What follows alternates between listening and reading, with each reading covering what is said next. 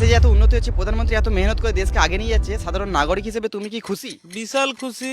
India এখন মানে বিশ্বগুরু হয়ে যাচ্ছে। ইন্ডিয়া কোনদিন ডলারকে ছাড়িয়ে যাবে, রুপি যা বাড়ছে দিন দিন 100 টাকা ছাড়িয়ে যাবে। কি করছো? ওখানে বিজয় মিছিল বেরিয়েছে। কিসের বিজয় মিছিল? আরে বিজয় মিছিল চলো, দেখাচ্ছি চলো। কিসের বিজয় মিছিল বলবে তো?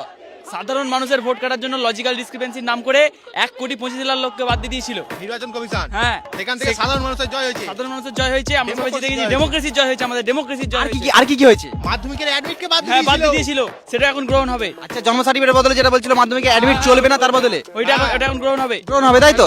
সাধারণ মানুষ কত দূরে যেতে হবে না। কোথাও যেতে হবে না, নিজের লোকাল অফিসেই সমস্ত কাজ হয়ে যাবে। এত বড় মামলা তো সাধারণ মানুষের পক্ষে লড়া সম্ভব নয়, কিন্তু সাধারণ মানুষের আওয়াজটা তুলছে কে, লড়ছে না কেন তুমি জানো না? তোমার আমার সবার প্রিয় নেতা, আমাদের জননেতা, বাংলার অগ্নিকন্যা, বাংলার আয়রন লেডি, যার নাম শুনে ইডিও থরথর করে কাঁপে, মমতা বন্দ্যোপাধ্যায়। মা মাটি মানুষ মমতা বন্দ্যোপাধ্যায়। জয় বাংলা।